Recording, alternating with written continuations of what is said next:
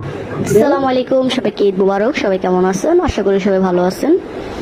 তো আজকে যেহেতু ঈদের দিন, সকাল সকাল উঠে পড়লাম। আম্মু রান্না করবে, এখানে 2 পদের সেমাই রান্না করবে, লাচ্ছি সেমাই আর জর্দা সেমাই রান্না করবে। তো আসলে আগে ঈদের সময় অনেক আনন্দ হতো যখন শুনতাম যে কালকে ঈদ, চাঁদ রাতে সবাই মিলে মেহেদি লাগাতাম।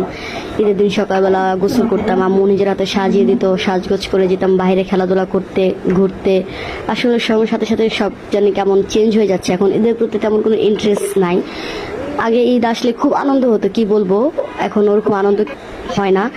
আসলে লাইফে এতটা বড় হতে চাই নাই, যতটা বড় হলে ঈদের আনন্দগুলো হারিয়ে ফেলবো। তো কি বলবো, আসলে মানুষ হচ্ছে পরিবর্তনশীল, সময়ের সাথে সাথে সবকিছুই পাল্টে যায়। তো আম্মু এখানে 2 পদের সেমাই রান্না করবে আর বুনা খিচুড়ি দিয়ে গরুর গোশত দিয়ে রান্না করবে। আর আমরা প্রত্যেকবারই বুনা খিচুড়ি দিয়ে গরুর গোশত রান্না করি।